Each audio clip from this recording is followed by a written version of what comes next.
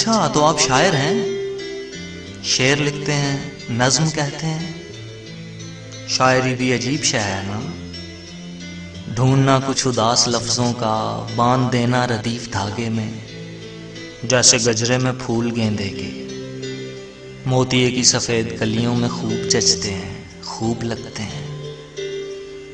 लेकिन ऐसा भी दुख से क्या लिखना, लफ्ज लगते हों दिल पे पत्थर से, हर्फ चुभते हों बन के नश्तर से।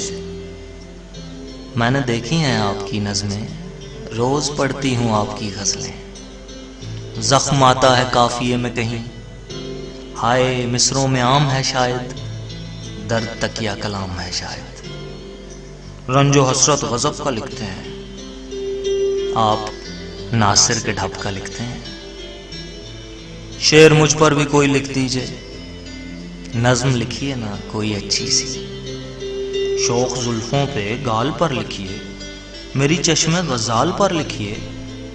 अपने जख्मों को चाक लिखते हैं, मेरी आंखों पे गर नहीं लिखा, लोग समझेंगे खाक लिखते हैं। शेर मुझ पर भी कोई लिख दीजिए, नज्म लिखिए ना कोई अच्छी सी।